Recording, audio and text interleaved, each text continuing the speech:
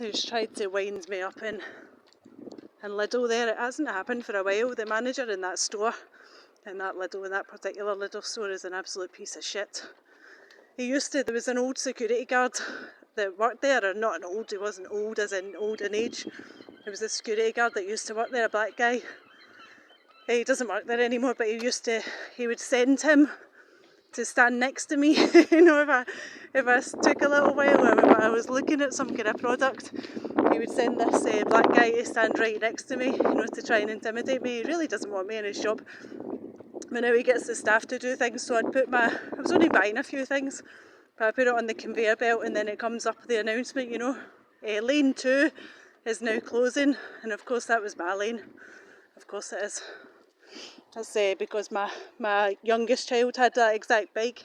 That's why they have to come past me on that to make me feel a certain way. You know, they kind of do it. They go hard doing it at Christmas. You know, that child is far too big for that bike, but they'll send her past me on it with her bitch mother, who is a piece of shit cunt, gang stalker. So lane 2 is closing, and my stuff was on the belt, and I was like, I said, you're doing that on purpose, you always try and do something when I come in, and she laughed, you know. And then I went over to the next till that was available.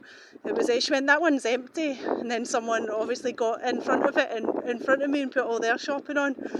And then as soon as it got to my turn with the shopping, they said lane 2 is now opening, you know.